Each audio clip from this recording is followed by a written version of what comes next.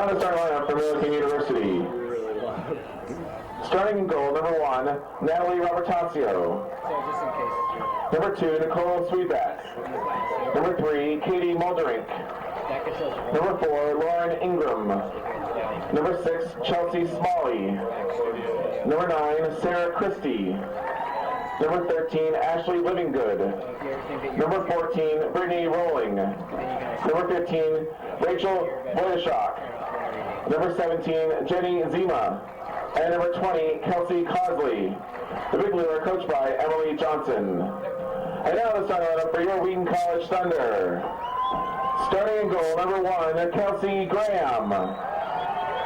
Number 2, Sarah Gadera. Number 4, Anna Seabolt. Number 5, Annie Hamilton. Co-captain number 7, Laura Karsten. Co-captain number 10, Carrie Shannon. Number 11, Megan Campbell. Co-captain number 15, Amanda Brait. Number 17, Alexa Sharkey. Number 22, Leah DeMoss. And number 28, Annie Wildridge. The Thunder are coached by Pete Belsky, assisted by Cesar Gomez and Jen Binger. Ladies and gentlemen, please rise as we honor America with the playing of our national anthem.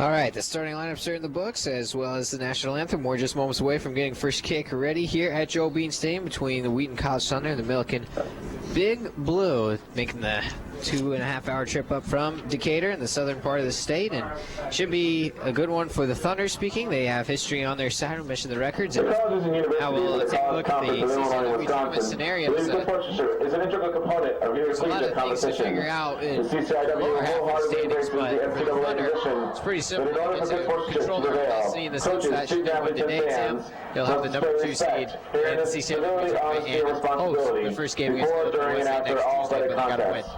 We encourage fans to enthusiastically support their team, recognize the outstanding quality of their opponents, and always exhibit good sportsmanship in their words and actions. CCIW tournament sportsmanship statement, as is customary before every game, as the Thunder get ready to do battle with the Big Blue of Millikin University.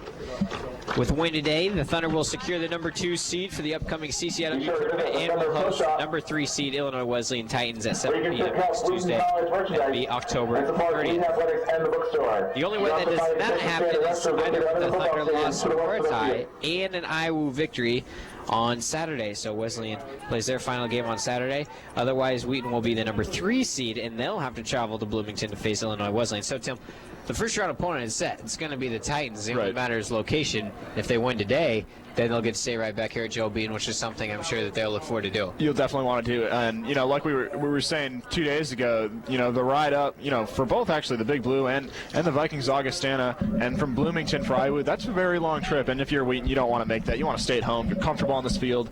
You've won here before. You know the intricacies of the turf. You got your home fans behind you. It's important to have home field advantage, Judah. Yeah, at the same time, Tim, it feels like this season the home field advantage hasn't been as dominant as in years past between the loss against Augustana on Wednesday and the losses and draws that we've seen here on this pitch in the past. But it's still, regardless, an advantage to be playing on the turf right here at Joe Bean Stadium, something they're much more customary and feeling with. What do you see, though, for the team as we get set here? What do you want to see from them in this game today? Judah, you know what it is? It's regrouping, mostly offensively, kind of in a little lump on Wednesday night. We weren't able to score. Didn't see as much as we wanted to out of Leah DeMoss, Annie Hamilton. Your big guns up top, Allie Witt as well. We really want to see them jump on board, get in the game early, and score some goals, Judah. Of course, Wednesday was senior night, so there will be no senior night ceremony tonight as there was some conflicts. However, the men's game tonight will be senior night for the Wheaton men and when they take on Millikin. All right, we're 45 seconds into the match. It's gone back and forth in the Wheaton defensive half. We'll get you starters in just a moment as now co-captain Laura Karsten possesses and throws into the back for fellow co-captain Amanda Brait. Leah DeMoss is near side if Brait wants to go that way, and she will now. Leah possesses on her left foot into the offensive half, steps over, continues to go to the outside as she brings into the attacking third. Might have a chance to cross deeper into the box, into the 6, cleared away off of a teammate for the Big Blue. Colliding at the top of the 18 was Annie Hamilton with the defender Kelsey Cosley, so that'll be a foul against Hamilton, the first whistle of the ball game. For the Thunder, Kelsey Graham, the sophomore out of Wheaton Warrenville South High School, is in goal. She's got 6 shutouts, which leads the CCIW in that department. Going for number 7 today. We'll see if she can get it. Hamilton directs a header here, looking for DeMoss. Nothing there, out of bounds. Mill can have a throw in the defensive half. Judah, another offensive play we want to look out for tonight for the Thunder is Anna Siebold. We saw a good game out of her on Wednesday. I do want to add, for those that are listening, in Williston Dorm, she is the freshman crush of Teddy Stocking, who happens to be my roommate. Not anymore, but she still is a great soccer player. Looking for her to score tonight as well. She's one of the best on the field out there, there's no doubt about it. As now Millikin controls in their offensive half. Turning it around here is Chelsea Smalley in the middle. Played up. Alexa Sharkey comes with marked on defense and clears away for the time being. Now Siebold turns around and controls at the midfield stripe. Sends it wide for Wooldridge. Wooldridge wanted to cross it in. It was blocked on that far sideline, but now she plays middle for Carrie Shannon. Shannon, the third co-captain on this team, joining Karsten and Brait, all joining the pitch on the starting 11. Now DeMoss controls, brings into the attacking third, works outside, has extra defensive pressure to worry about, crosses it in from here, finds a teammate. Now it's shipped back into the middle. Hamilton shoots. Oh, had a chance to touch it in for Gadara. She just couldn't get the foot to it, but Tim, that was set up for the first goal of the night. Judah Gadara was right there on the doorstep. I don't know how she didn't get that foot out just to knock it in. It was right there. Kind of a bad mistake early on, but like we've talked about before, Judah, it takes a while to get in the flow of the game. Maybe she wasn't ready, who knows, but she's going to want that one back for sure. Well, regardless, we hope to see multiple opportunities of such efforts here as DeMoss possesses. There's a whistle, and it's going against Millikin here, so Thunder will have a free kick from about 23 out. And Judah, I'm sure we will get those offensive chances tonight. Millikin's defense definitely not the same kind of challenge that they were getting Wednesday night against Augustana. They should have plenty of shots on goal and hopefully plenty of goals. Yep, we'll see if they can capitalize on that. There's 4 white jerseys in the middle of the ball here, outside the 18 by about 10 yards. Judah, I want to see this one on frame. See if it comes. Shannon will take it. She shoots just wide. Good effort by Shannon. Shot it on the ground to the near side post. The keeper is Natalie Robertasio, the senior out of Barrington, Illinois. Nicole Sweetbeck, Katie Mulderink, Lauren Ingram, Chelsea Smalley, we mentioned earlier, Sarah Christie, Ashley Livingood, Brittany Rowling, Rachel Wojciak, Jenny Zima, and Kelsey Cosley. Recognize a few of those names from last year's contest as well.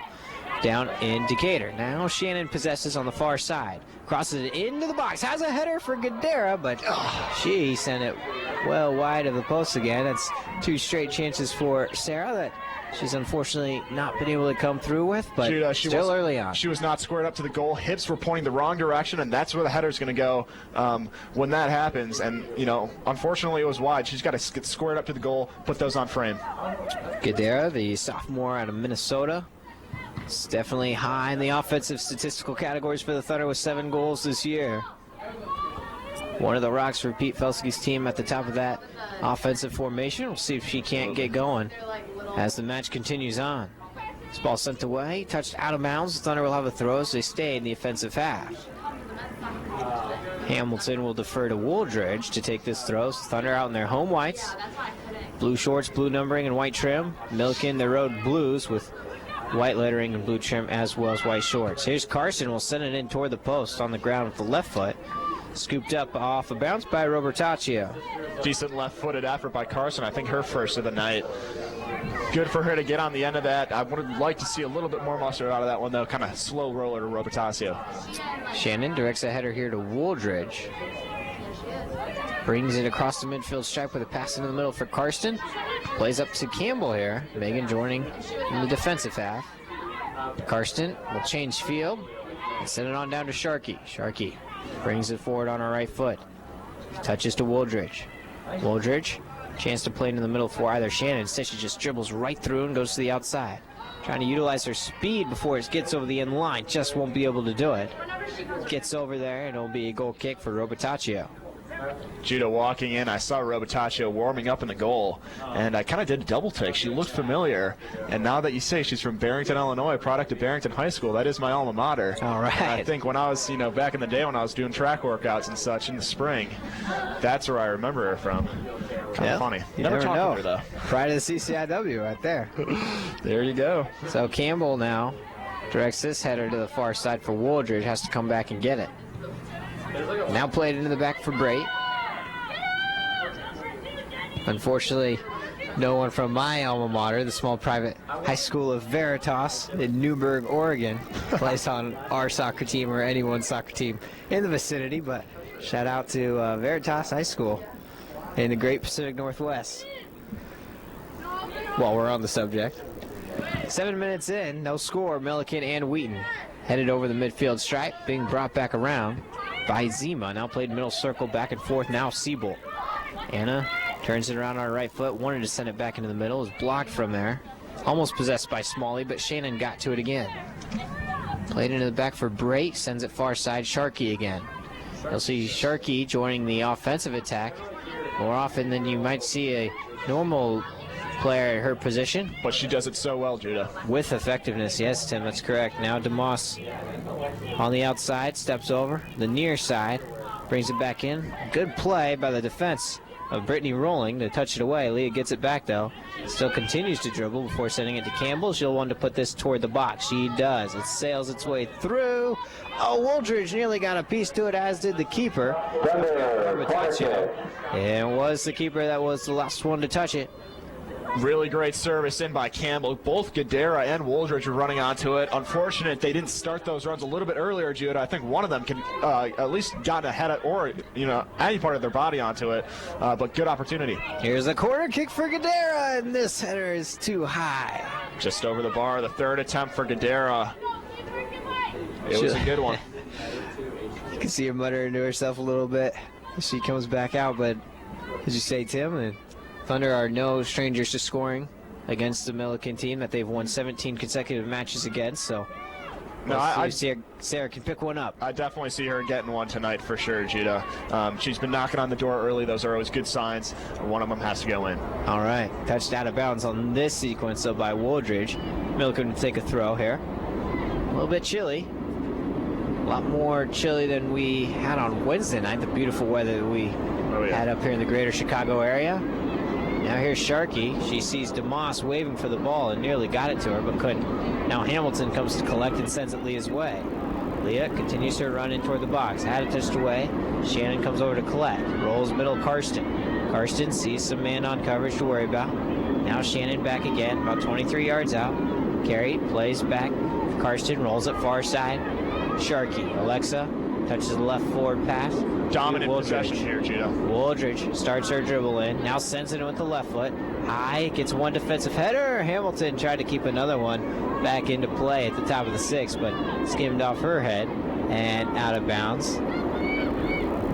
Judah, very good series by Wheaton, being patient with the ball, not rushing anything, working it around the field, trying to open something up. Some good service in. Unfortunately, Hamilton, the ball was played a little bit too high, and she wasn't positioned exactly where she should have been for it, but still good effort, and good job by Wheaton. I think they want to take their time. They obviously want to score, but they don't really need to push anything here. But on the other side of that coin, you don't want to fall into a slump and underestimate your opponent, though, Judah. Well, I'm sure, Tim, that especially with the opponent they're facing today and the reality, the result that they had against Augie without scoring on Wednesday, that they'd welcome as many goal opportunities and score as many into the back of the net as possible tonight. Let's hope so. In preparation for the CCIW tournament that begins next Tuesday. The only question remaining is where the Thunder will play. Will it be right here at Joe Bean or down in Bloomington against Illinois Wesleyan? Or will they host the Titans? Of course, if the Thunder win, it will be right here at Joe Bean. We'll have it for you on WETN, myself and Tim Jaderholm on the call here. This ball played up near sideline. Now turning to the Thunder defensive half. DeMoss carries, changes field, but this ball is sliced off the outside of her right foot, and Wooldridge will have to come back to recover. Not the pass she wanted for DeMoss, Judah. Back to Wooldridge here on her right foot. Give and go by Gadara. And he's got something good going. Plays into the middle. Touched by. Now Gadara's got it. Left foot. Shoots. Oh, and it's off the post. And it's getting closer every time that she touches it. Gadara's got to be pulling her hair out. There's a couple opportunities that should have been goals for her. It's still good to see. She is totally there. A lot of shots on goal early on, Judah. Good signs from Gadara. Lots indeed, and great teamwork offensively by the Thunder between Wooldridge and Sharkey, and Hamilton leaving that ball nicely. Now Shannon, a good step here to take away a pass. Turns it around, got a head of steam. Now plays a good through up to Gadara as it travels into the box. Sarah turns it around, crosses it home. Deflected by the defense and somehow kept in play by the keeper. Nice play by Robotaccio to keep that from being a corner kick. Into the 12th minute here, still no score. Goal kick comes down, trying to possess it, but unable to do so, is rolling. And it'll be a throw-in for the Thunder. Campbell will come over to take it on the near side, just in the attacking half. DeMoss possesses, plays to Campbell near side. Megan back to Leah in the left channel. Leaves a little chopper to Shannon. Now Carson turns it around. Thought about going outside. Now brings it back. Great ball by Karsten. Very nicely done to Wooldridge. Wooldridge, a couple of defenders to worry about. Tries to keep it in play. She does. Hit high into the air. Still in play. A couple of bodies go for it. It's just messing with that end line. And now still is able to be kept in play somehow. Big Blue do possess in the defensive half, as Sharkey gets right in front of that attempt to send it upfield. Back over the end line it goes, and a goal kick for Natalie Robotaccio, excuse me. Judah Carson's been looking good early on, too. She took a little knock on Wednesday. We weren't really sure what was happening, kind of staggering on the field a little bit. We were kind of worried, but she looks like she's coming out 100% for this game. That was not an easy moment to gather, as here's Gadara that touches it with her hand as she brings it in toward the 18-yard box, but that sequence with Carson on Wednesday, Tim, was a bit of a scare indeed. Saw her stumbling a bit, and not sure if it was another blow to the head that she sustained earlier in the season as well on one of those headers, but she came back fine, played the entire second half, and is definitely one of the offensive and defensive cogs on this team with the holding center mid position that she plays. An important part of this team, and as a fifth-year senior, I'm sure that Pete Felsky is glad to have her back on the team, and she's really contributed in so many ways. Now Siebel control, sends it in toward the box. Nothing there, over the end line, goal kick. Lights start to come on here as we approach the 5 o'clock hour here at Joe Bean Stadium. Thunder men taking on Millikin as well at 7 p.m. That field that they got down in Decatur is messes with the dimension legalities that you must have for a collegiate soccer field. It's much smaller than what the Thunder are normally used to, and is natural grass down there in Millikin. They were able to muddy it up a little bit in that late October matchup last season. not as much room to work with, but I'm sure with these dimensions here, the more common dimensions at Joe B, and the Thunder got a lot more space, which favors them indeed. Now, Wooldridge on the far side brings it in. Looking to play middle for Gadara, stepped in, taken away by Smalley. Sent out of bounds, Thunder will have a throw. Before the loss on Wednesday, Wheaton was victorious 4-0 in Bloomington on Saturday as this ball's rolled into the box. DeMoss trying to give chase, it's out of bounds. Another goal kick. Seen a flurry of these goal kicks in the last minute and a half or so, Jader, and Thunder continue to possess in the offensive half, though. They're really good at winning the balls. They are, yeah. The play's been on this half of the field for the majority of the match, Judah, and a lot of shots on goal. You know, some of them aren't too far away from the target, going wide and resulting in a lot of goal kicks. Seabolt tries to track this one down, can't do it, throwing for Millikin. Advanced up the near sideline, headed away by DeMoss. Now Campbell trying to track it down. She's working against Sarah Christie, and Christie wins it. Christie now on her right foot, and Hamilton gets in front of her.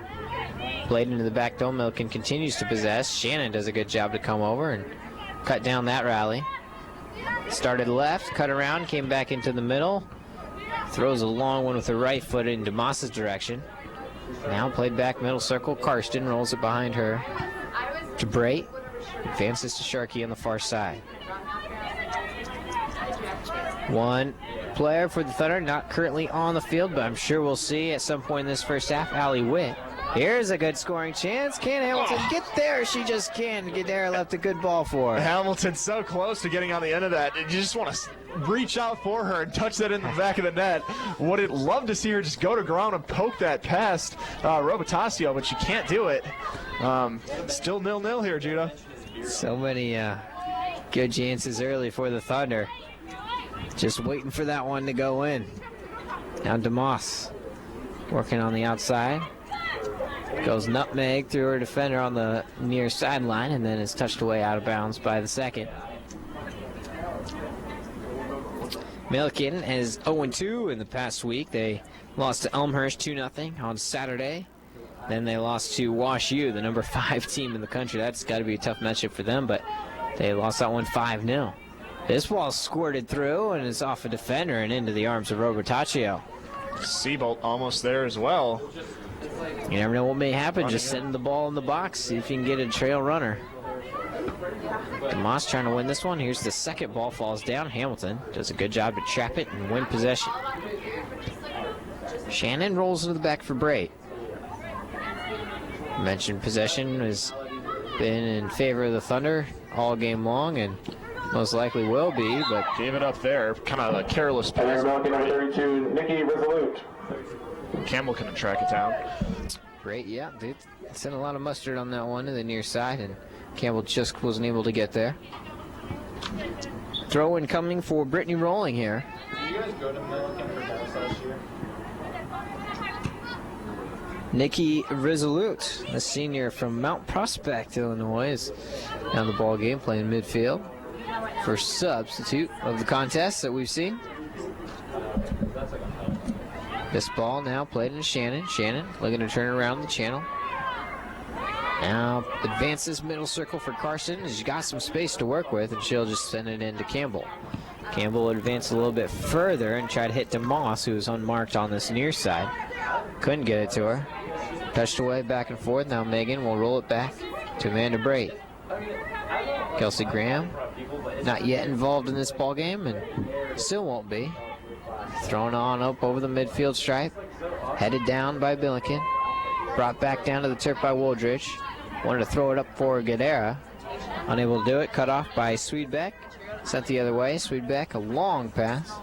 Would have been good had a teammate been there, but this ball might just trickle over the end line. It will, and Kelsey Graham will get her first action with the goal kick. That perhaps Brait will take. So Kelsey's role through the first touch the ball. 15 minutes was to pick it up and send it on the 6-yard box. Not something to really complain about, though, Judah. Not at all. Not at all. This ball sliced away as it works its way in toward the box. Brait stares it down and watches it go over the inline for another goal kick. Coach Pete Felski in his 25th season, assisted by Cesar Gomez and Jen Binger. Mark Demchek, the lead athletic trainer on this ball club. Here's Sharkey. Now Woldridge sends it on up, blocked there by Sweetbeck. Woldridge with the left foot looking for Gadara in the middle. Moldrink cuts it off though from there. Now controlling is Woldridge on the far side. And he crosses and sends well in toward the box into the 6, and Robertaccio calmly collects it. So the Thunder still tied here with Millikin through the first 20 minutes of battle. We're scoreless. It's kind of surprising for me, Judah. A little bit surprising, Tim, in the sense that the Thunder have history on their side with a scoring battle, but and Wheaton, especially with the way the offense has not been at full throttle in the last few games, or last week, I should say. 4-0 is a pretty good result to have down at Iwu. This ball trying to be tracked down by DeMoss, just can't get there. Thunder not yet hitting their offensive stride in this ball game, but still plenty of soccer to go. It's not to say that they haven't had a fair amount of chances either. They certainly have. Here's Sharkey on the far side. Brings it forward with the right foot. Touches with the left. Gives Woldridge a run. She has it down the corner. Crosses it in. Just not in time as the flagsman goes up with it and says that's over the end line. Judah, I want to say throughout this whole season, I just commend Alexa Sharkey. Just great job. You know, her on the right side defense, bringing it up all the time. You know, she holds onto the ball, but she does it very well. You know, she doesn't look flustered. She looks calm, collected on the ball, and she's able to open up spaces and play really great balls up to her mids and her forwards. And very often, she's created a lot of scoring opportunities this year, and I think has had a few goals herself. But just really great job, all around great player, Alexa Sharkey. She really certainly has, Tim, and it's earned her CCIW Player of the Week from her accomplishments last week, and really well deserved. We've recognized her talent all season long. What a great addition she is. The sophomore, of course, her little sister Sydney also on the team as well as a freshman. Here's DeMoss crossing it in. Oh, there's the goal, and good. It's Gadara. We've been waiting, and Gadara has too. She's had a lot of chances tonight. Finally sticks one in. That was a gift right through the legs of Robertaccio, and she just pokes it in the back of the net. Great job. I think DeMoss was the one who started that play off. Nice job. Here we go. Get the offense rolling for the Wheaton Thunder. So give the assist to DeMoss and the goal to Gadara, her 8th of the year. 9th of the year for Sarah Gadara. What would we do without our wonderful stats guys from the Wheaton baseball team that are here to back us up? Yeah. Miles Smith, shout out to you. We all love you. Take me to Wendy's one day. Another goal, her 9th of the season for number 2, Sarah Gadara. So Gadara gets the goal finally. Her best look of the day as DeMoss's cross in was right through the arms of Robertaccio. Just couldn't possess, and Gadara, simple touch of the end line will do. And, you know, we make it sound so easy, Judah. It's just a touch into the net, which it is, but she was in the right place, there to get the garbage that came off that cross by Leah DeMoss. Gadara was in the right place. That's the kind of striker instinct you want from your forwards, and she put it in the back of the net.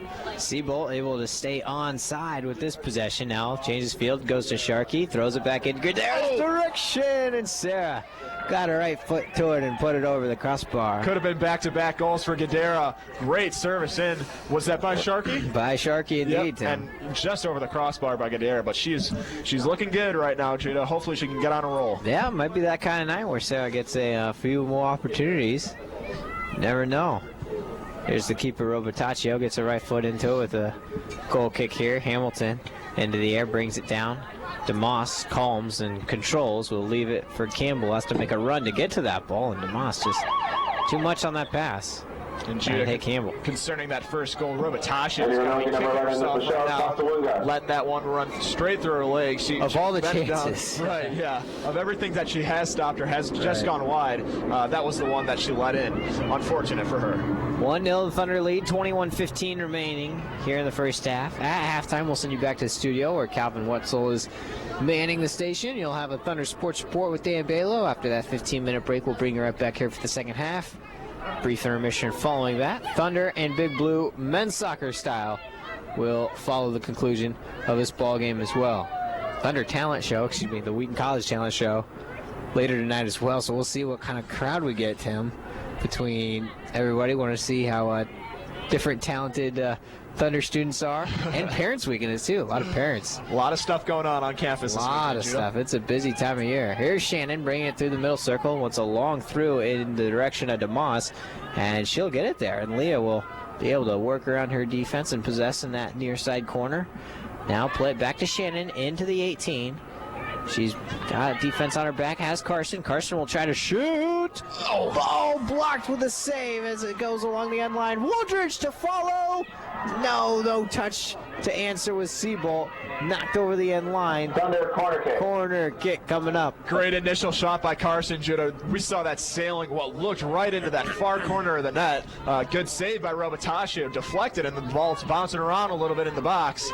Dangerous, and here's a corner for Wheaton. They could get one here, too. Hamilton, a pretty nice looking ball as Woodridge skies for the header. Can't get it. Sails through the face. Cleared by the defense.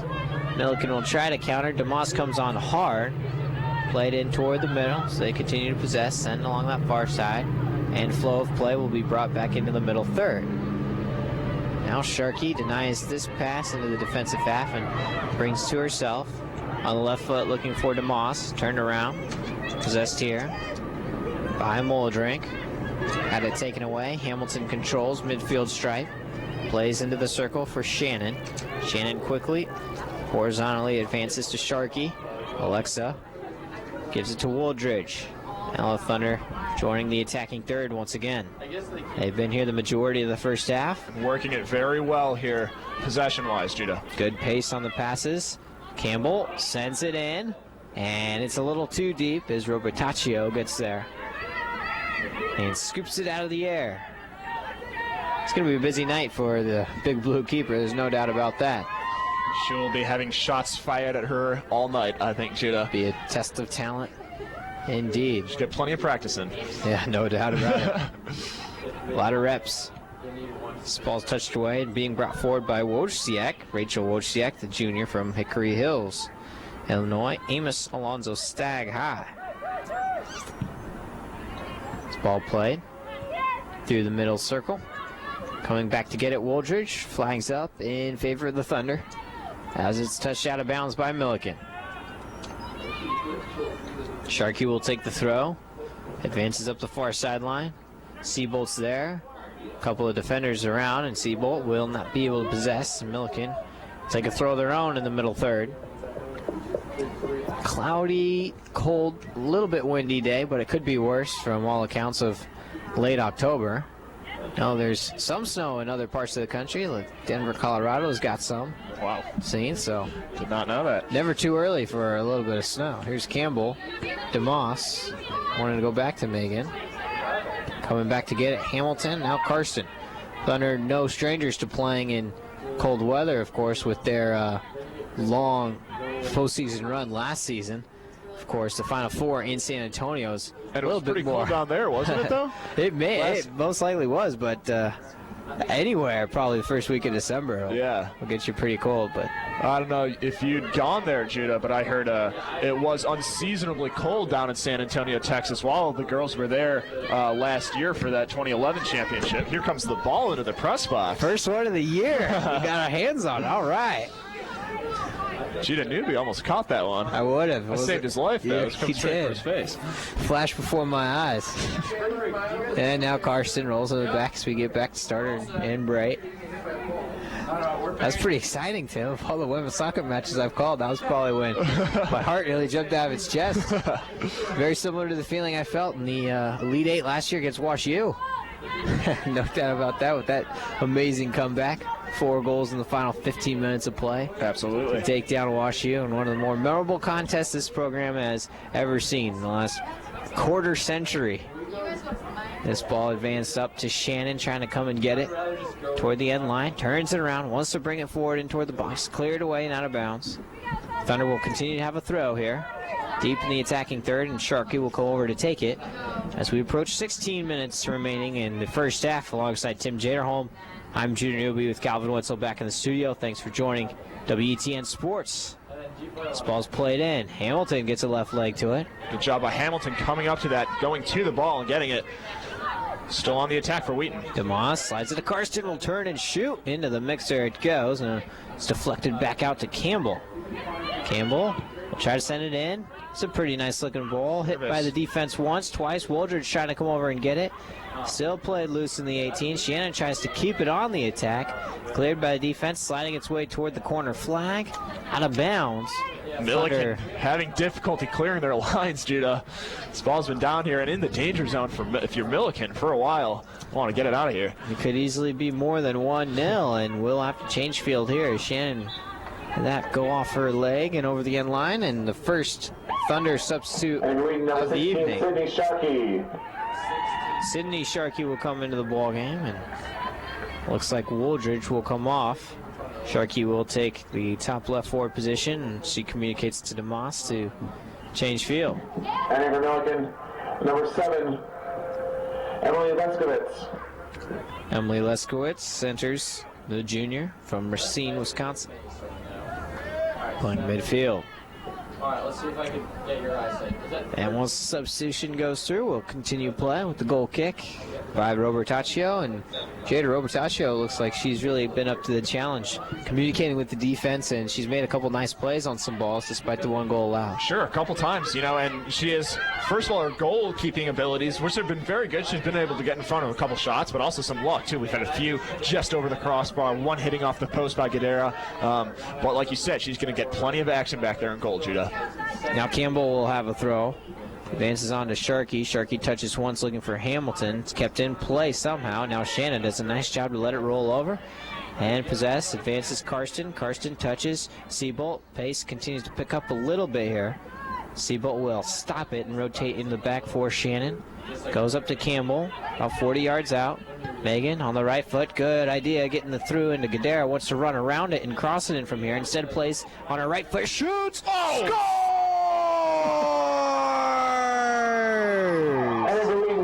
Make it number 2 for Sarah Gadara, and well-deserved, Jader. That was a nice play. Solo effort by Gadara. We thought that nice through ball that went into her, she got behind it. We thought she was just going to cross right away, Judah, but she took it on her own, cut back, right foot, right into the top netting. And number 12, ricocheting off the top. Great shot, great goal. That's 2 on the day for her, Judah. And we mentioned that Sarah may be a game that she would get a lot of chances. That was not difficult to tell really early on. She was all around offensively. Yep. For all the chances that she's had already in the brief first portions of this game, it's good to see that she's got 2 goals on the record for her. Well, she's still in there. I'll see if she can make it 3 as Jen Lee has entered the ball game for Megan Campbell. And we'll get some action here in the final 13-20. Thunder lead by 2. 2-0. This ball sent in toward the box, cleared away over the end line. And it'll be a corner kick. That would be cool for Gadara getting the hat trick before the half's up. That's something to tell your friends about. Text them at the halftime break. This ball sent in. Pretty nice looking ball as it spins its way through. Lee will set it up, send it back in, but interesting idea is it's a high. That Thunder goal, her 2nd of the game and 10th of the season for number 2, Sarah Gadara. Gadara unassisted. So they give it to Gadara unassisted officially. Gadara racking up those goals. She's 1 behind Allie Witt, who currently sits in 2nd with 11 goals for the Thunder. And speaking of Allie, she has entered the ball game and sent that one over the crossbar at her first attempt, playing up top along with Gadara. Talk about some young underclassmen talent right there between Gadara and Witt, the sophomore and a freshman. 2nd and 3rd leading goal scorers on the team, 11 and 10 goals respectively between Witt and Gadara. And a relative newcomer in DeMoss, who's the leading goal scorer with 16. Yep. Transfer from the University of Iowa, D1 program. She was a former Hawkeye, Judah. And the second goal leading scorer at Iowa as well, so plenty of solid talent on this Thunder squad. We'll see if they can piece it together for these important games down the stretch and how far they can go in the national tournament. First things first, they'll want to try to win that CCIW tournament final as well, should they get the opportunity to take on Illinois Wesleyan next Tuesday. And then there we look ahead, but every game's going to be a tough one. But considering the 4-0 defeat on the road that they had in Bloomington on Saturday, you got to like Thunder's chances next Tuesday. They do look good, Judah, especially Thunder going down to Bloomington and, like you said, handing them that defeat 4-0. Great effort by them. Yeah, we looking forward to another win against the Titans of Illinois Wesleyan. Here's Shannon turning this one around, has it on her left foot, now throws with her right down to Sydney Sharkey on this near sideline.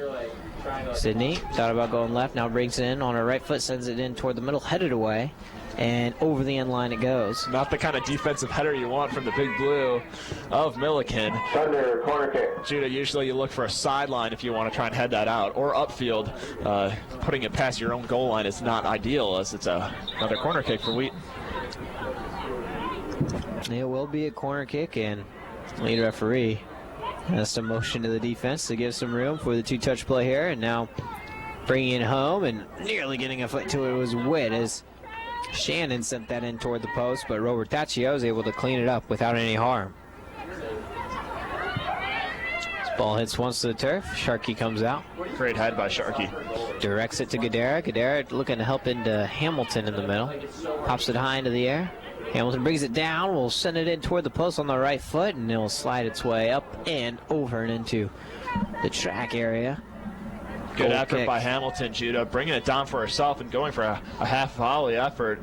Very cool to see, but unfortunately she wasn't able to get her entire body around that one and kind of sails harmlessly over the crossbar. A lot of creative ways that you can earn and win possession, Jader, and the Thunder have got a lot of girls on this team that can really possess it well, Hamilton being one of them.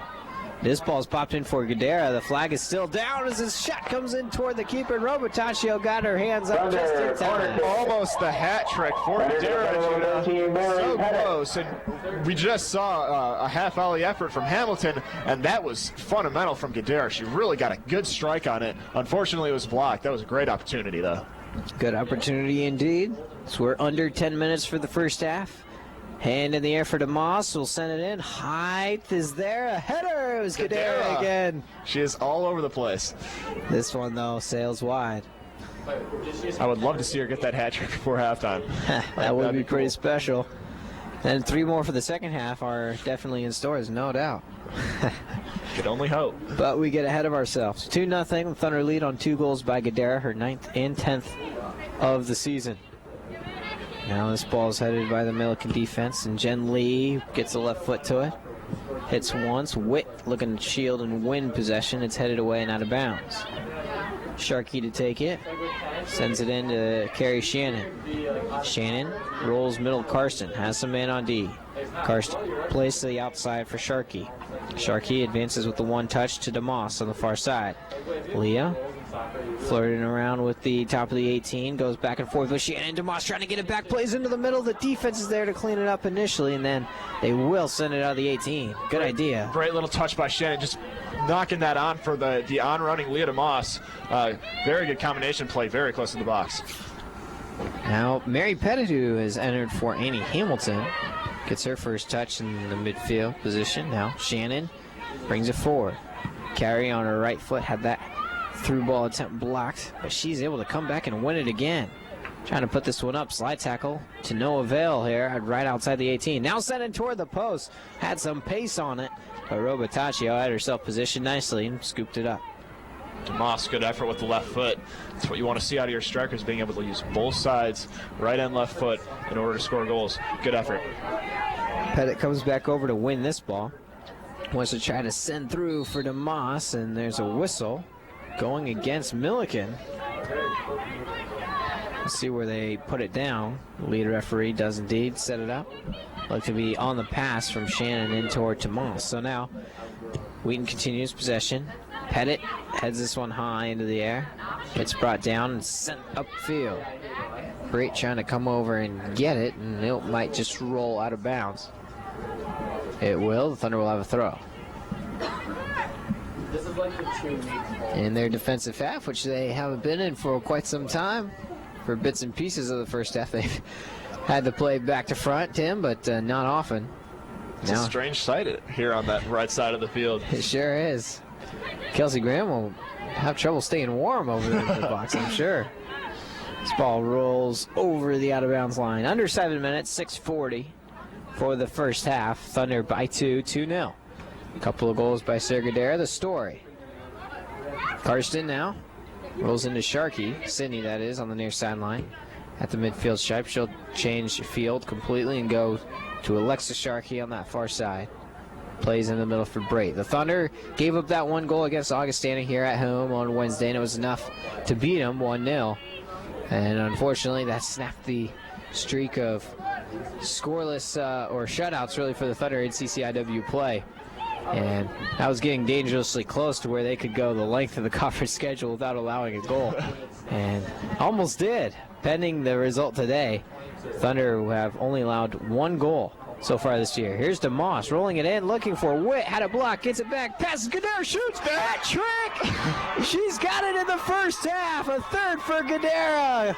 3 goals for Gadara, 1 half. That's all you gotta say, really. Wow, what an effort. Another Assisted by 25. great finish by Gadara. Clinical strike in front of the net. No mistake there. And there's the hat trick. I said I wanted to see it. Gadara delivered, Judah. Really great striker, and she's on her game tonight, that's for sure. And how about the ability of Allie Witt to have enough patience to recollect herself, Tim? Allie had a great goal. She did. Number 2. Block right to her. Had the presence of mind to reach 8 yards out and play it to a wide open Gadara who finished it. Presence of mind is it, Judah. That was totally a great play by Allie Witt, seeing Gadara was there, just sliding it off to her, and there's the easy goal.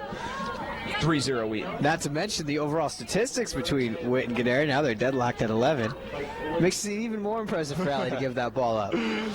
Now this ball is out of bounds. It will be, Millikin thought they would have a throw, but Sydney Sharkey was correct in pointing to her own sideline, and that's ours. She'll take it, throw it into Gadara, trying to keep it in play, rolls over the end line, goal kick to follow, and 5 minutes on the dot remaining in the opening 45. Robotaccio will have another kick. Robotaccio is a senior. She'll be exiting after this season. For Millikin squad, head coached by Emily Johnson, assisted by Jenna Aleo, doing their work down in Decatur. Here's a throw-in as Millikin works it out of their defensive half. Play back over, and it'll be a Thunder throw. And number 18, Trisha Carr. Now Sergadera will exit, and to applause from the home faithful and from the bench for the final 4:20 of this first half. Sharkey tried to keep it in play, couldn't. It's out of bounds. And entering will be Trisha Carr, freshman from Oswego, Illinois. This ball thrown in. Sharkey gets it into Carr. Carr turns around, hoping to possess. She does. Brings it in toward the middle. Shouldered off the ball once, now twice. Still working and trying to hand that ball down as Wojciak is working around her in the defensive half for Millikin. It's blocked by Carr over the end line. Goal kick coming up. 3:45 for the first half. Thunder by 3-0. All coming off the foot of Sergadera and Tim. And it's really happened in this last 15 minutes or so. The first 20 minutes was a scoreless battle between the two sides, and then Gadara really capitalized on some opportunities. Well, she had plenty in those first 20 minutes that she was pulling her hair out. That none of them went in, but she finally broke that deadlock, and then the floodgates just opened. She had 3 goals to her name. Indeed. Unfortunately, she can't get a fourth before half as she's getting that rest for the final 5 minutes here. Now, Shannon possesses here as the Thunder continue to attack. Jen Lee now got some space, goes back to Carey. Carey will hold and change field over to Sharkey on the far side. Alexa bringing it forward with the left foot to DeMoss. DeMoss has been doing a lot of dribbling into that corner today. She does here, tries to play it in, has a block sent out, but Sharkey collects again. Alexa touches around, good piece of dribbling here with the left foot, goes to that far post. Shielded off by the keeper as it sails a foot wide.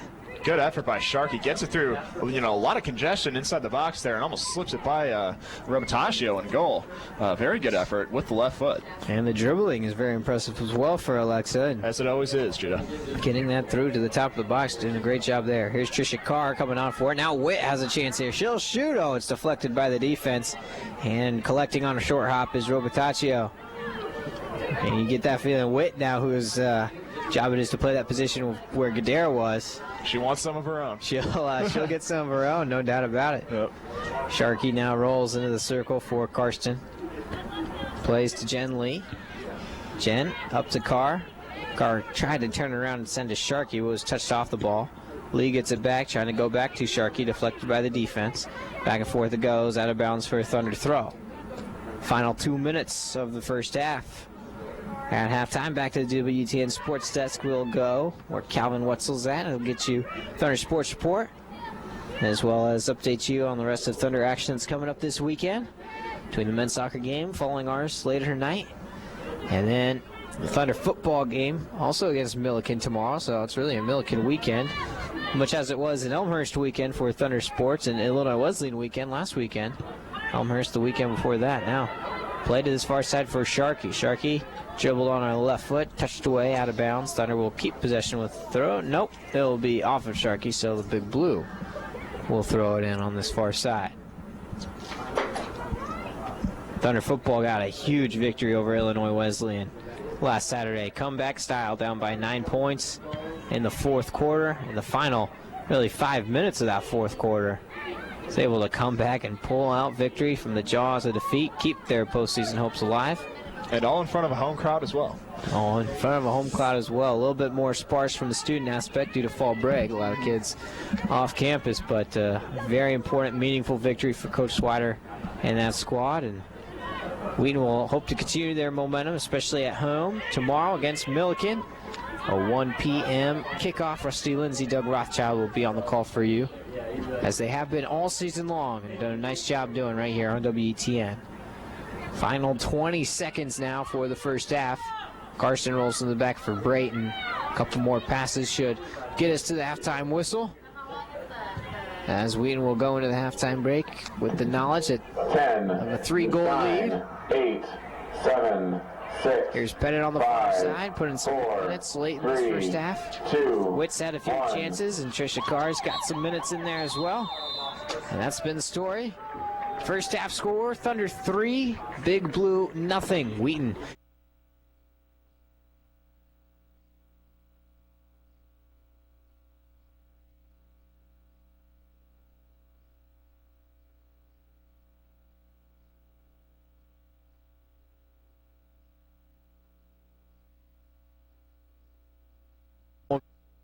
As the lead is extended, which I'm sure it's going to be, and we'll see some interesting play out there, especially if they puts a couple new faces in the mix. And we even saw in that Augustana game on Wednesday, Coach Felske's ability to play the younger people, and we saw one time 6 of the 11 were freshmen on the pitch for the Thunder. So we'll see if that continues as the Thunder look to put the finishing touches on getting that angle at the number 2 seed and getting a home game in the first round of the CCIW tournament. The CCIW semifinals.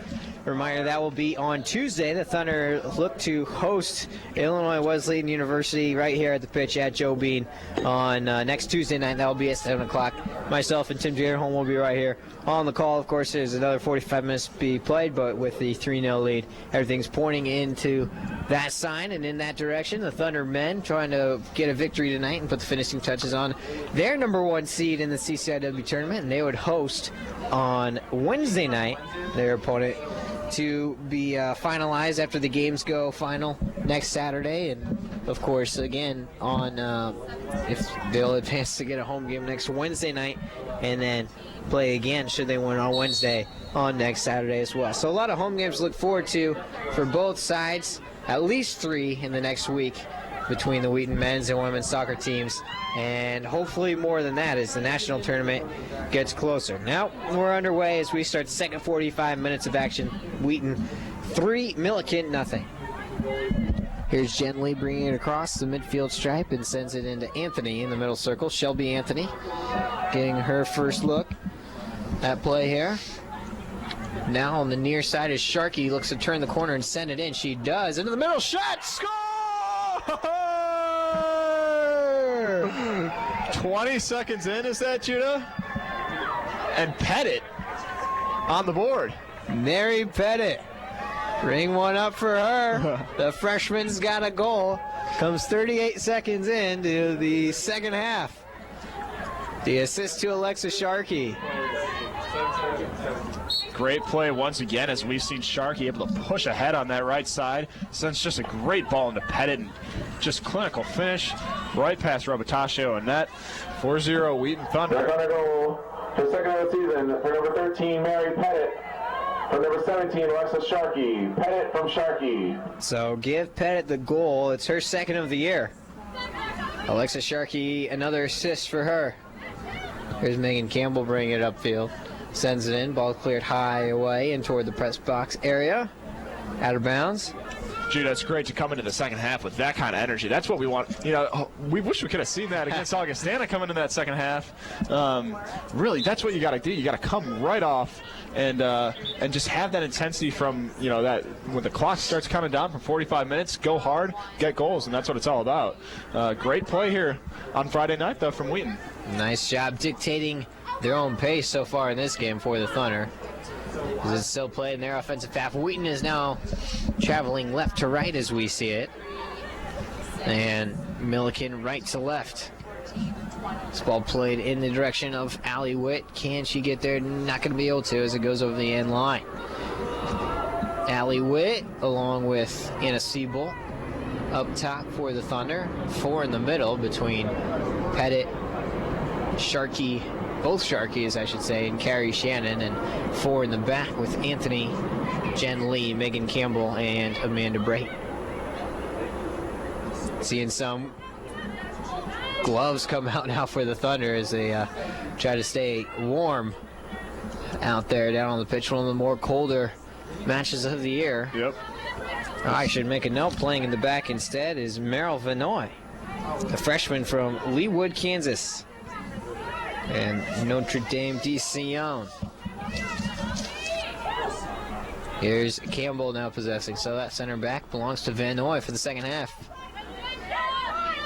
Here's Campbell now in the attacking half. Wants to send it on up for Shannon, but just missed her. Goes over the end line for another goal kick. Going to be taken by Robertaccio. And while we have a moment, let's take a look at some of the statistics out of that first half. At the time, the Thunder led 3-0 at halftime. Of course, now they lead 4-0 thanks to the 46-minute goal by Mary Pettit.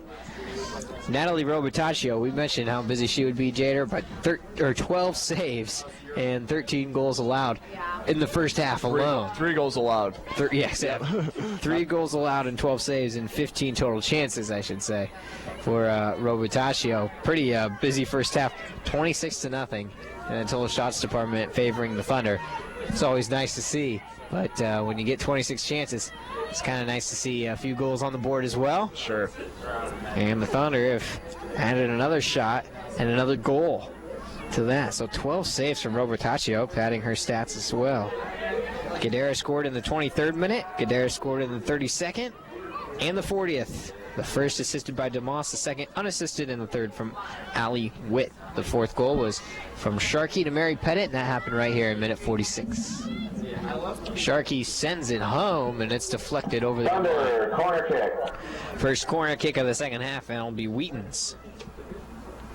Wheaton had 5 corner kicks in that first half. Millikin has yet to earn a corner. Our officials, the referee is Jason Gordon, the assistants, side judges, Abiyu Kalaja and Juan Maya. Neither team was whistled for an offsides as this ball is slid through the box, still played in the attacking half for Wheaton. Sharkey to come over and get it, sends it back in toward the 18. Popped one side into the air, now hits the turf. Headed away, Siebold comes over to possess. Rolls it far side for Lee, advances on to Sharkey. Sydney back to Jen Lee. Dribbles into the box. Now plays it into Pettit. Pettit middle to Shannon. Shannon steps once on her right foot. Will leave it for Campbell.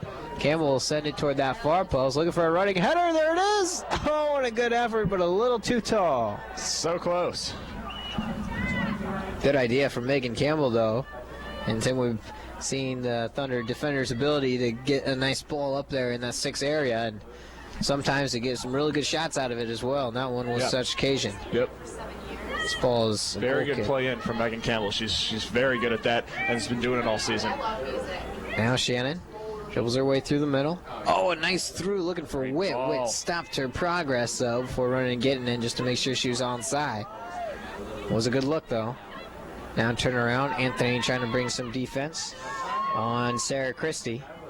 Christie advances it up, looking for a teammate on that far sideline. Is Living Good out of bounds. Living Good will have a throw. Millikin will maintain possession. So they move right to left. And there's our first foul of the second half against Shelby Anthony as Sarah Christie ran into her back and fell down. So a set piece coming up for Millikin. Free kick here.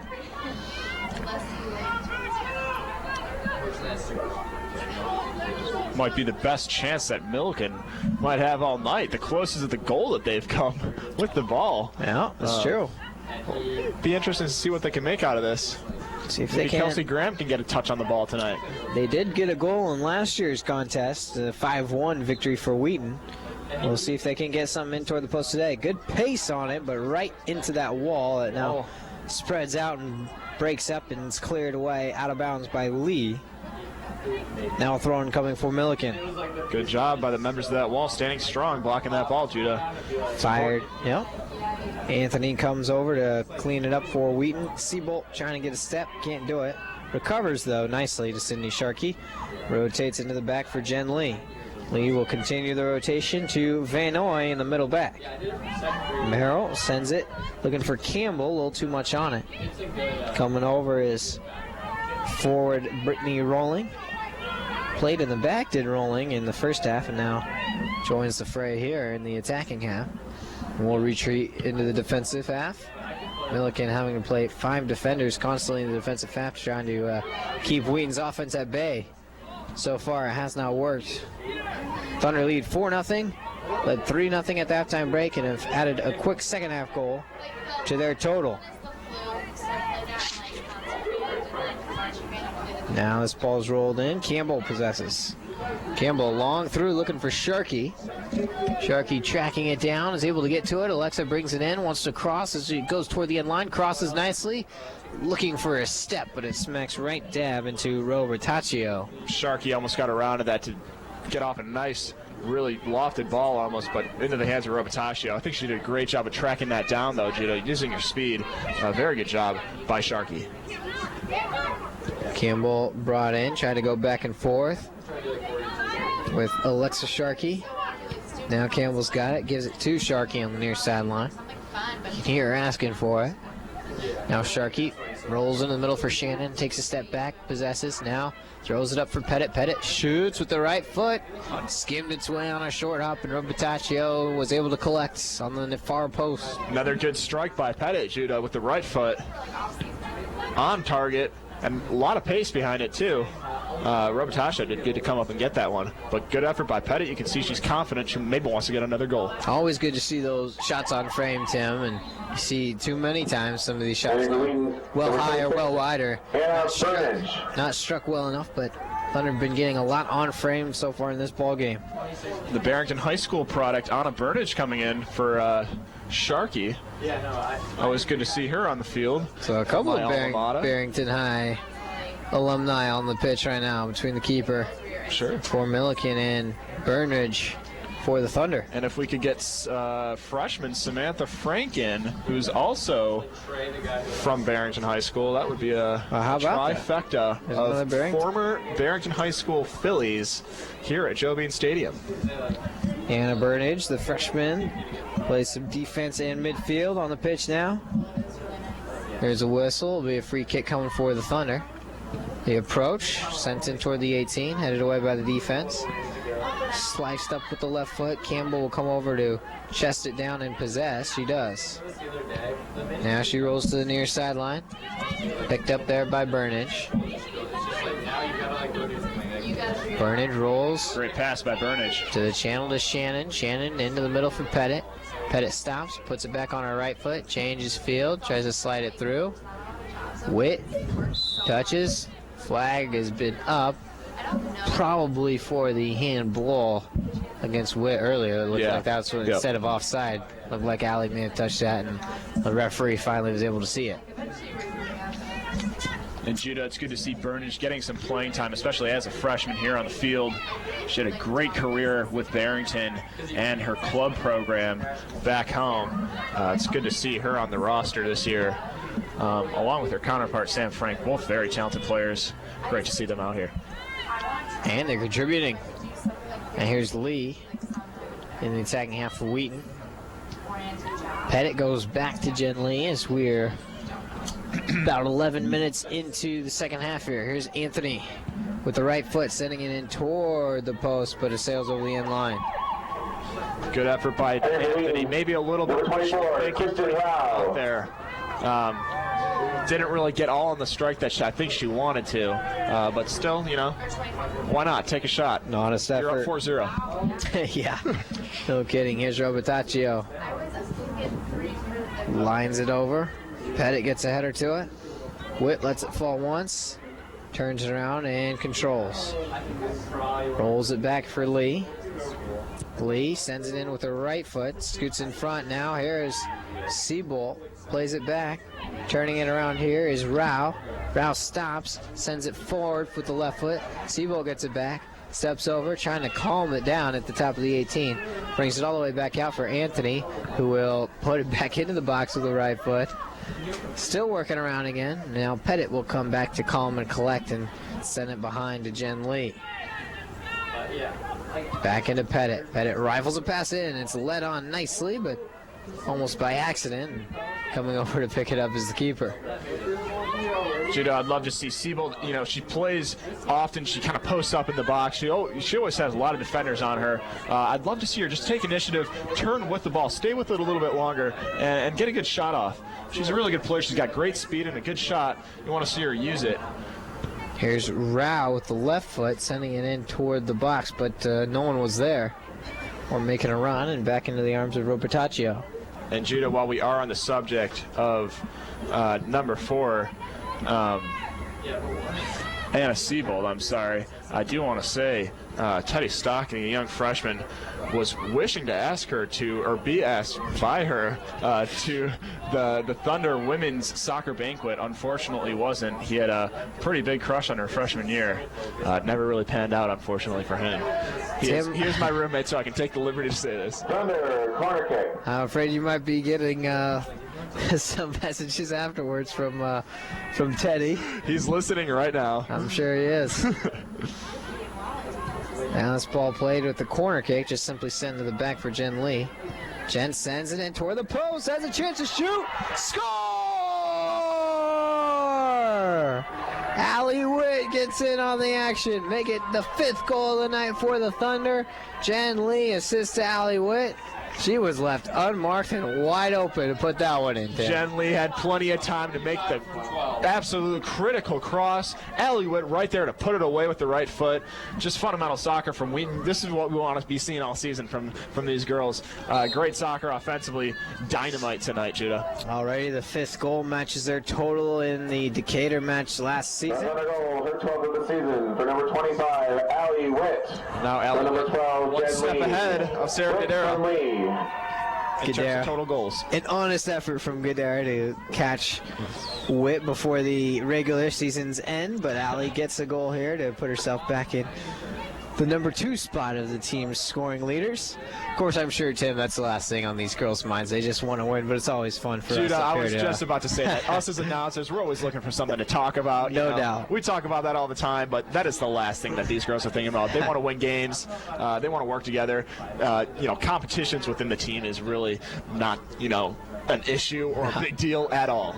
Not at all. Very competitive girls by nature, though, and that's what's helped them to their team success here in this fall of 2012 as they're putting the final touches on the regular season here at Joe Bean and looking ahead to hosting Illinois Wesleyan next Tuesday. Here's Campbell saying it. Oh, a chance to head her.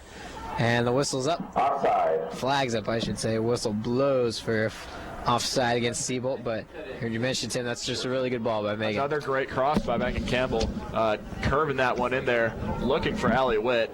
Looked promising. Unfortunately, it wasn't Witt that was offsides, I think. Sure. Now this ball sent in. Off the goal kick. It's not going to touch anyone. It's just going to go straight on out of bounds. Thunder will have a throw in. Lead it 5-0. Couple second half goals here. Judah, Megan Campbell's got the fluorescent green laces on tonight. All right. On the old Copa Mundo soccer shoes. Those are classics she's wearing. Always important to be seen while you're out there. Here's Rao trying to fight for it. Pettit stretches with the right foot as Rao gets in front of this pass. Now Anthony comes on. Thunder still continue to play aggressive defense. It's really good to see with whatever bodies that are out there. Campbell turns this one around, plays into the back for Vinoy. Merrill advances into the middle for Anthony. Judah, gotta love the fluorescent shoes of Megan Anthony, or Anthony. Shelby. Yeah, Shelby Anthony. Yeah, her trademark, no doubt. Here's Rao now, about 25 yards out. Will try to slide one into Seabolt. She's there. Can she get a shot off? No. Blocked, and she had the chance. Still rifled around the 18. So close for Seabolt. Not the touch that she wanted. She took one too many. I want to see her one touch that one, Judah. Campbell. Man, it's so frustrating, but very good opportunity. I'm sure she's going to get one. We're up 5-0. She's in the game. I want to see her get one, Judah. She will. If you say so, it'll happen, Tim. We've been on fire so far tonight. Gadara's happened. Witt's happened. We are 100%, Judah. Yeah, we're rolling. And this ball's rolling into the defensive half as Sharkey brings it in toward the box. Has it on her left foot. She does cross it in. Blocked by the defense. And kept in play. Coming on now is Jen Lee to try to snare it. It's sent out of bounds for a Thunder throw. And we'll have a substitution. And number 8, Rachel Karsten. And number 18, Trisha Carr. Rachel Karsten enters. Trisha Carr enters. The freshman Karsten, haven't seen much of her all season. At least I haven't while I'm in the booth, Judah. Haven't really, but good to see her on the field. Continues the soccer talent that's in that family. No doubt about that. Of course, elder sister Laura, the co-captain, fifth-year senior on this team.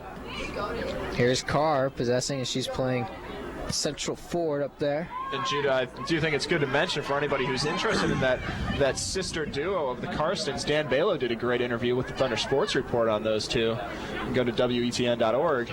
Check that out.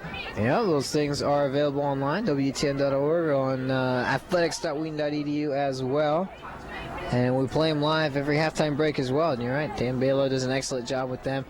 Our thanks out to Dan Balo. Dan, if you're listening, thanks so much for your efforts and the outstanding interviews that you do all season long for all sorts of sports. I'm sure there'll be another installment as we get closer, Jader, to basketball season. November 15th, opening day for men's and women's basketball. Can't wait for that. And a lot of home games on the schedule, which makes me happy. Don't have to go on the road as much. Oh, yeah. And basketball, just a huge sport at Wheaton College. Oh, sure is. You know, students always come out in droves. In droves that support men's and women's basketball. It's always great atmosphere in King Arena on the campus of Wheaton College. Great fun. Cannot wait. This ball is brought over into that far side, and we'll have regular conversations with Coach Manson, Coach Schauer, much as we do with Coach Felsky and Giuliano for the soccer programs, and the Swider Insider that Rusty Lindsay does with Coach Mike Swider. Our coaches do such a nice job of making themselves available to talk to, whether for us at WETN or local student publications as the Wheaton Record, as I'm involved with as well. And just a special thing to be part of Wheaton Athletics and to see it unfold here, as I'm sure all of our listeners are very familiar with. Now here is Vinoy possessing in the back and sending it on to the outside. Lee sends it forward for Sharkey. Sharkey thought about going right, went outside instead, was stopped there, and Millikin changes field. Rolled along the far side. Couple of blue jerseys down there. Let's see if they can get something off out of this. coming on to retreat. There's a touch that's a little too far and picked back up by Karsten, or Vinoy, I should say. Now here's Witt bringing it left to right, trying to leave a pass on that along that sideline for Sharkey. It's touched away out of bounds. Sydney will have a throw.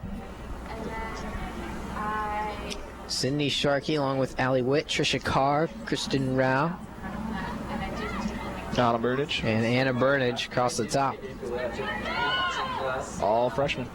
All freshmen indeed. Let's see if they can get one of their names to the scoreboard tonight. Mary Pettit and Allie Witt already did. The freshman duo. Here's Karsten sending one forward, back and forth it goes. Anthony brings it down, steps over, sends into Rao. Rao advances it on to Burnage.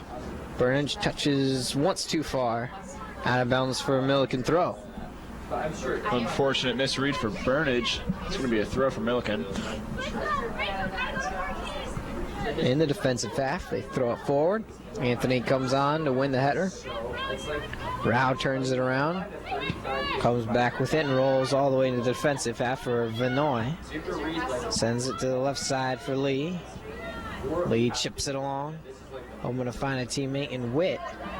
Witt rolled it off. Wojciak possesses for Millikin. Advanced on up, Anthony heads it down. Kept in the big blue attacking half. And now sent out of bounds. Middle third. A lot more middle third action here in the last 5-6 minutes of the second half. Thunder 2 goals here in half number 2 to put them up 5-0. So we are under 25 minutes remaining. And a reminder at the end of this ball game. Well, let's see what happens here first as Witt dribbles herself into the box. Can she get a shot? Solid defense. Good defense by Millikin, shutting them down. Witt goes down to the turf. No call from the referee. No real contact to speak of there, Judah. Very good defense by Millikin. That could have been a goal, I thought. No, I definitely Allie should have Witt been an on the opportunity. breakaway. And Dangerous Witt prospect. saw her slam her hand down to the turf after that. She knew that she had a chance there, but gave the Millikin defense credit. They rallied to that ball in a hurry. And it looked like Witt may have gotten a chance to get something off, but the chance was denied. Now Rao, and for Karsten, Rachel, that is. Burnage now on the near side. Advances up the field, looking for Trisha Carr. Pretty good ball. It's cut off there, though. Be sent away. Still played along that far side. Now out of bounds. And for Wheaton, number 28, Annie Woldridge, and number 20, Kendall Eatrime. And a couple more substitutes coming into the ballgame here.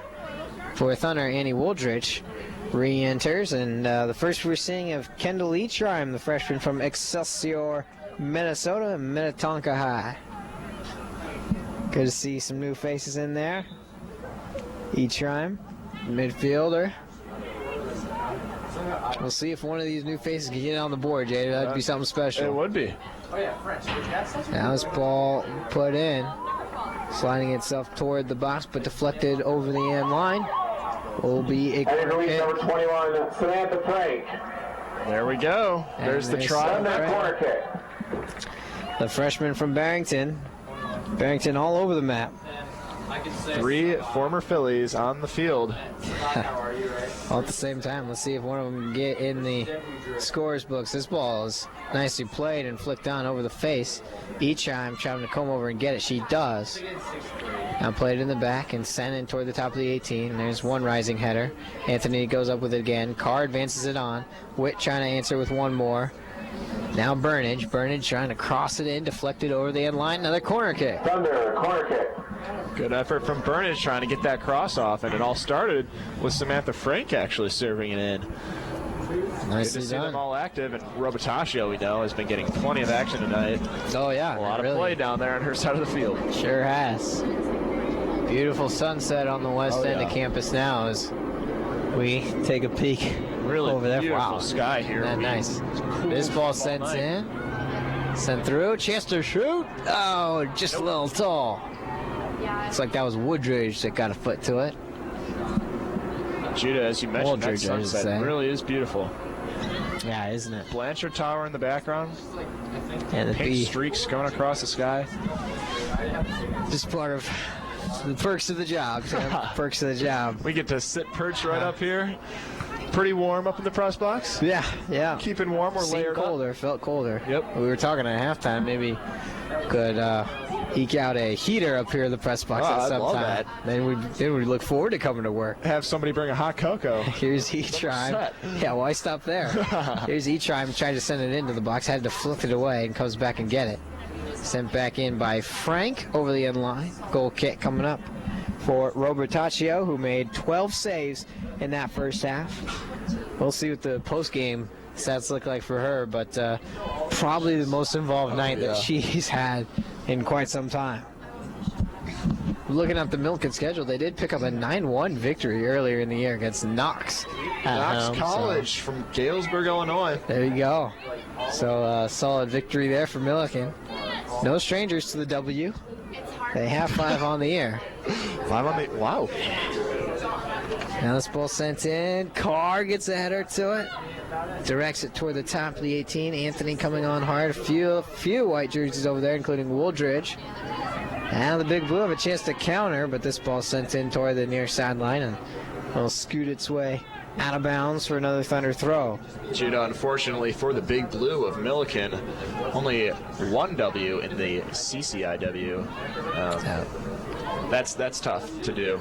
As they are at the bottom of the table. But it's a good victory up in Kenosha. Not an easy place to play. This ball's possessed now. Trying to turn it in and play it on back. Pettit. Good turn by Pettit. On her left foot. Changes field. Finds Frank on the far side. Frank sends it in toward the box. No white jerseys there, though. And the keeper will scoop it up. Good effort by Frank getting involved early. That's what you love to see. Now, boot kick brought down. Pettit nearly possessed it. Concho. Now Smalley. Muldrink brings it forward. Most of the starters still on the pitch as well for Millikin, so they're still playing their first stringers. E-Trime looking to work with it. Taken away. Played now to Kinahan. Advances it forward. High into the air. Excuse me, that was Cosley that had it. Cosley. Pettit's going to come back and get it and send it on back to Frank. Frank to Wooldridge. Wooldridge brings it over the midfield stripe. Stops. Got it on her right heel. Plays back to Frank. Into the back for Van Noy. Merrill brings it in the middle circle. Now throws it on up. Nice touch pass to Pettit. Pettit looks for a through for Trisha Carr. Carr's going to be able to get to it, maybe get something off before it goes over the end line. She does, but not enough of an angle. Number 11, slides itself behind. Woodwork. And number 17, Jenny Zima. Into the side net. Intervening number 9, Lindsay Johnson. Lindsay Johnson. Still a good run, though, made by Carr in behind that back line. Unfortunately, hit side netting, but still positive signs from her, the freshman forward. Very nicely played. Lindsay Johnson enters. Lindsay, the senior from Holland, Michigan, and Holland Christian. Fellow communication major of mine, as well as psychology, double major for her. She was one of the 7 honored on senior night on Wednesday. This ball slides itself down to the turf. Burnage trying to come over and get it. Hit out of bounds. Throwing for Millikin, defensive half. Anthony comes over with the header, and may have been unintentional header at that. That ball came on her a little quickly. The side of the head. Part of the nature of the game, though. Yep. Here's Carr trying to win it back. Touched away, out of bounds. Under 20 minutes, 16:30 to go for the final horn here. Thunder lead 5-0. It's been a while since they've got a goal, Tim. We'd like to see if they can get another. It has been. Trying not to be minutes now. Yeah, it's been a couple minutes. Here's Frank now. Rolls middle. Pettit turns around, chips to Wooldridge. Into the back for Karsten. Karsten needing to bring it forward. Had a chance, now taken away. Going back the other way is Rolling. As Millikin tries to mount an offensive attack here. Got some blue jerseys up front as they continue hustling through. Here's a through ball coming in, and Graham Comes over and collects. First time really she's got her hands on the ball in quite some time. Oh, yeah. Anthony, she's well on her way, though, for a 7th CCIW shutout. Or a 7th season shutout on the year, which would lead the CCIW. Great work by Burnage. Nice job by Burnage. Now slides it in. Pettit leaves it for Anthony, about 23 out. She'll turn it in and shoot. And you could tell that one was going to be off high and wide. Anthony had plenty of time, plenty of space. I was looking for her just to line that up and get a good shot on goal. Unfortunately, didn't happen. She's had problems tonight going far left, Judah. A lot of her shots on goal. Shelby, the senior defender from St. Charles and St. Charles North High School. Defender, though, goal scoring is not her forte, so, cut her a little bit, of a break there. I remember one that she had, and may be her only one of the year if we can get that confirmed against, I believe it was against Claremont Mud Scripps earlier this year, first game of the year. She had a ball from about 40 yards out. She was trying to cross in toward the 6, and it was perfectly looped right over the keeper's head into the side netting and got herself a goal out of it. Now here's Wooldridge trying to find Carr on a run in. The rebound comes way back out, though. Now Pettit, about 25 out, sends it far side for Frank. Frank throws it back in toward the box. Scoots on once, tried to be kept in play. Unable to do so, though, is Lindsey Johnson. Good service by Frank. Lindsey Johnson's kind of a difficult ball to work with, though, as it was hit a little bit far. Yeah. But still very good ideas, and people are in the right place. Lindsey Johnson is in the right place. They're on the far post, looking if it was available to clean up some garbage maybe left by Robitacio. Yeah. Robitacio, it's the right foot to here. Rolls it in over the midfield stripe. There's a collision. Haven't seen a lot of fouls tonight, but this one is called against Wheaton. Yeah, I think that high school is good. Here in between breaks, might have to run back and pick up a couple more articles of clothing here to keep warm for the men's contest. This ball now played at the top of the 18. Karsten gets the right foot and clears high. Carr coming on hard. Ball falls to Pettit. Pettit wanted a chip on for Frank. Couldn't find it. Headed back to the defensive half. Anthony turns it around to Vinoy. Vinoy sends it forward. High looper. Hits the midfield stripe. There's another whistle. This time in favor of the Thunder. Wheaton 3-0 advantage at halftime. 5-0 current. As they look to find their 15th victory overall on the season.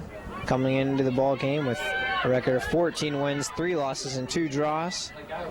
4 victories, 1 loss, and 1 draw each in CCIW play. This ball sent back in. It travels over the face.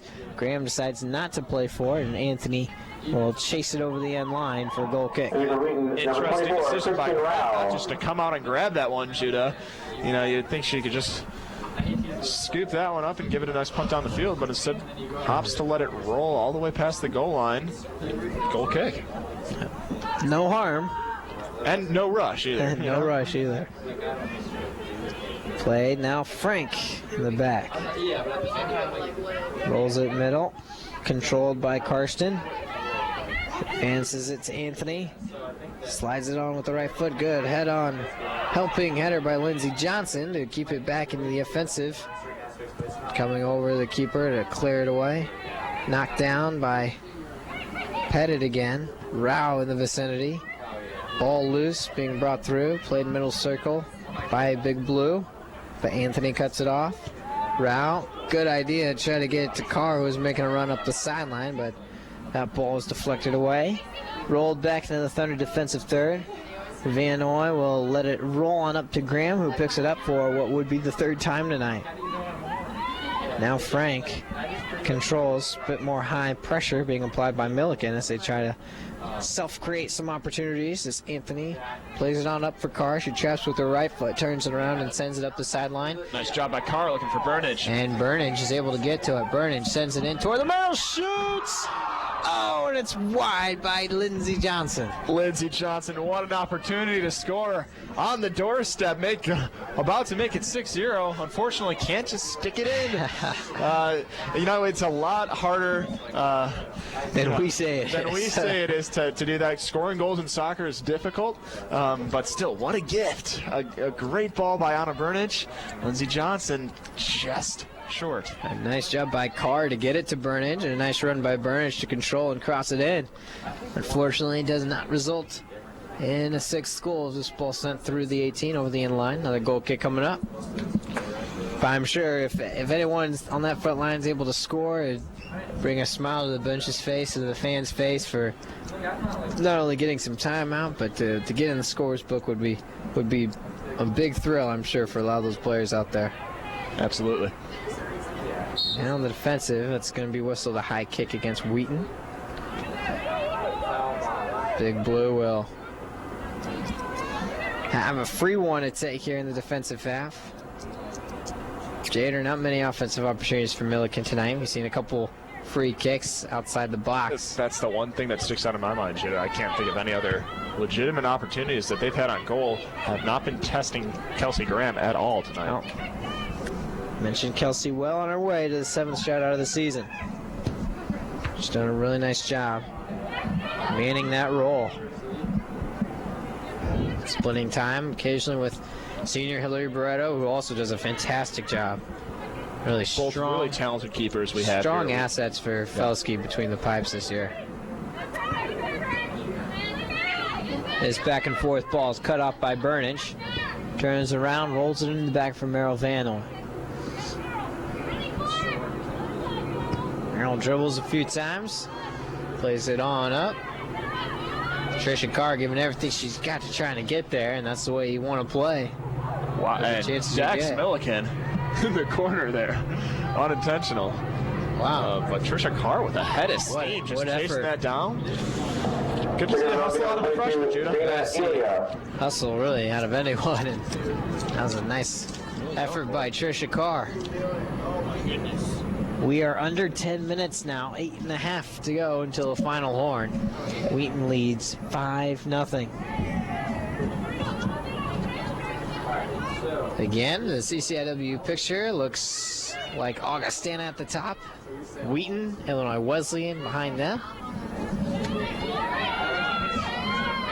And Elmhurst looks like they'll be in position to grab that 4th seed. Elmhurst, a team that battled Wheaton to a scoreless draw. To the surprise of everybody in Joe Bean Stadium, for sure, Judah. I'm sure. Elmhurst, a team, though, Tim, that really, they love to play the Thunder tough. Of all the teams, Elmhurst seems to really play Wheaton tough.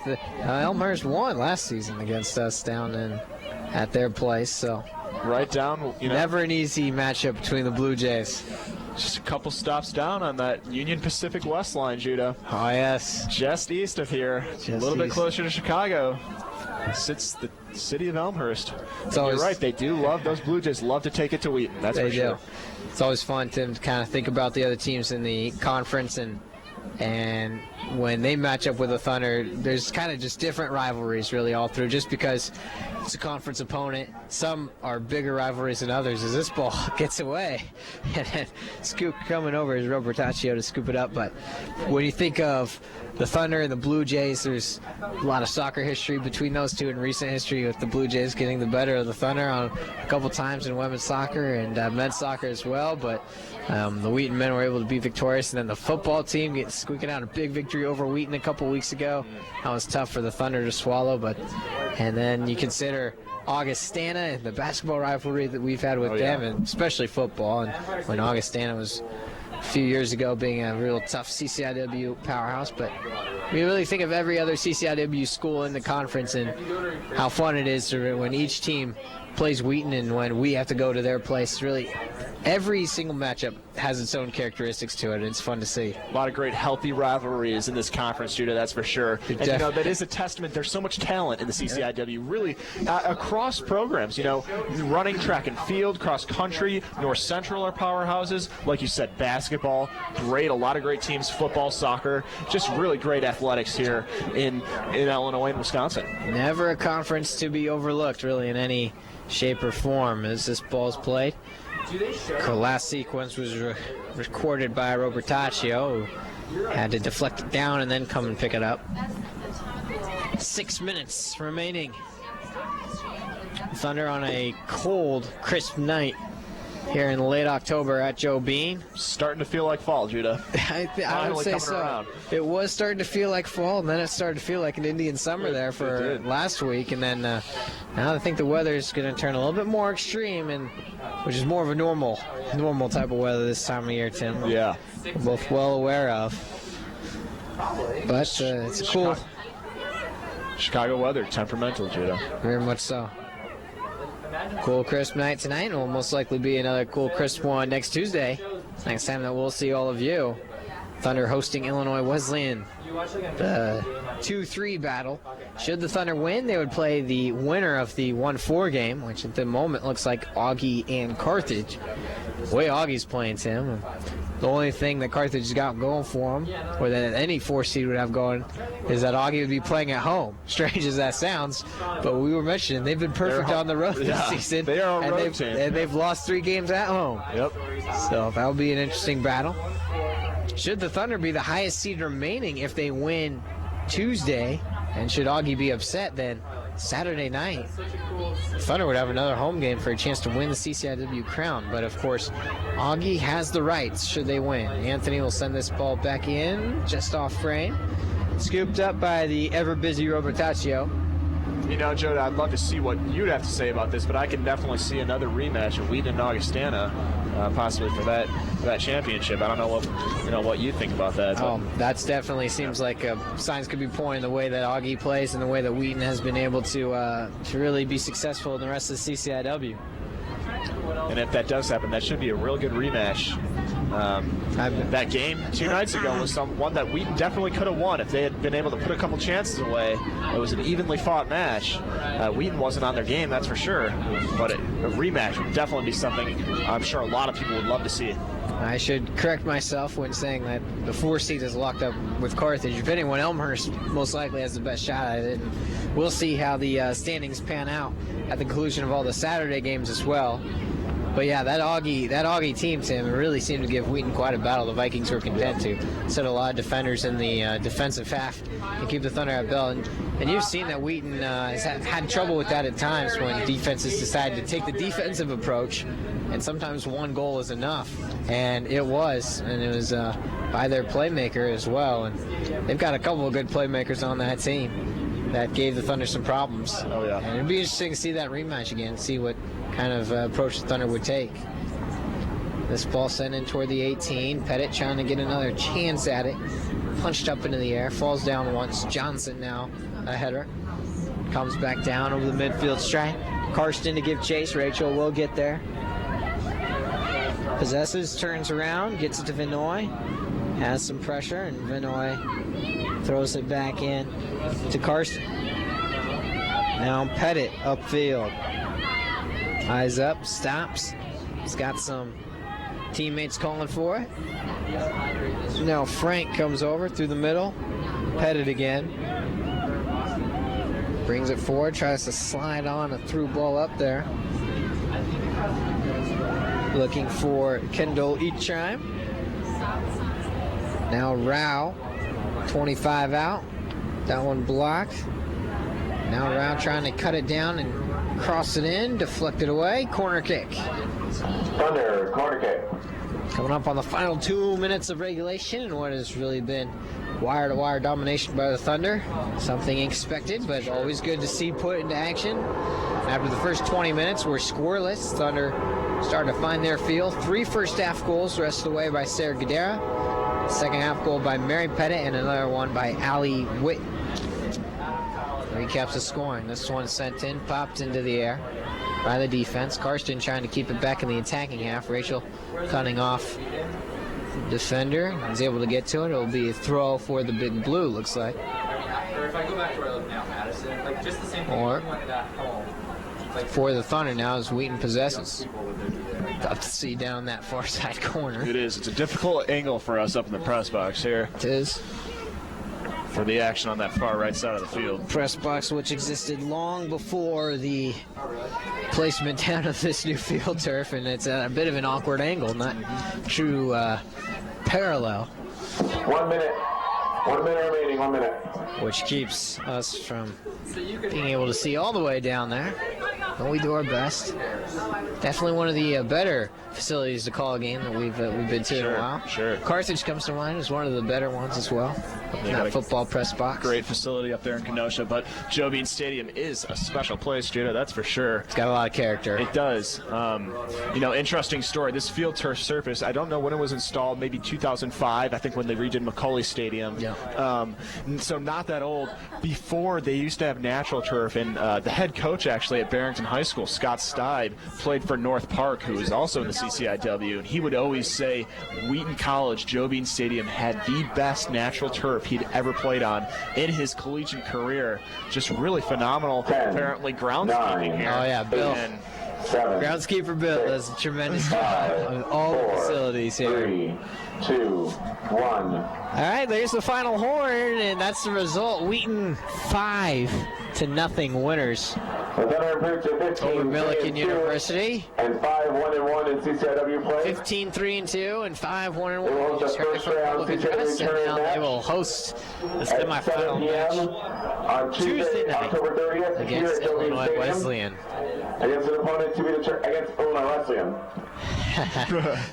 The opponent has been determined, and it will be Illinois Wesleyan next Tuesday night. And Tim, well, now we've seen a full regular season of Wheaton Thunder women's soccer. I know you were here for the latter half of it, but you've seen a lot of play from this team, and, well, maybe consistent at times. They really came out offensively tonight and was good. What were some of the things that you've seen from them, not only in this game, but all season long, that they can take with going into postseason play? Sure, all season. You know what it comes down to for me, Judah? They're a fantastic team, really great team, well coached by Pete Felsky. He does a phenomenal job year in and year out with these girls, but consistency is the biggest thing. We've had a few times, Aurora University comes to mind, Trinity University, where Wheaton really hasn't been able to put it together. They have really great offense, great defense. Their team is solid, and like we said, great goalkeeping. They just need to put all the pieces together and do it every single game, Judah. That's what it's all about. If they can do that going into the postseason, they'll have a very successful trip, maybe leading them to the national championship. Momentum-wise, it's not a bad way to finish the regular season with a 5-0 victory, no matter to the opponent. So we'll see if they can. They'll get a couple of days off, and then Tuesday they won't have to travel anywhere. It'll be nice to have the luxury of playing a home game, Great. being able to stick into your routines of having a home contest, and it's always nice to have. And I'm sure the coaching staff of the Thunder will have plenty on their minds to think about as they get ready for Illinois Wesleyan on Tuesday. But between having a home game, having some days off, and having an opponent that you've already beaten 4-0, Thunder have got to see they're in a pretty good position. Yeah, they definitely are, Judah, and especially us just talking about that game.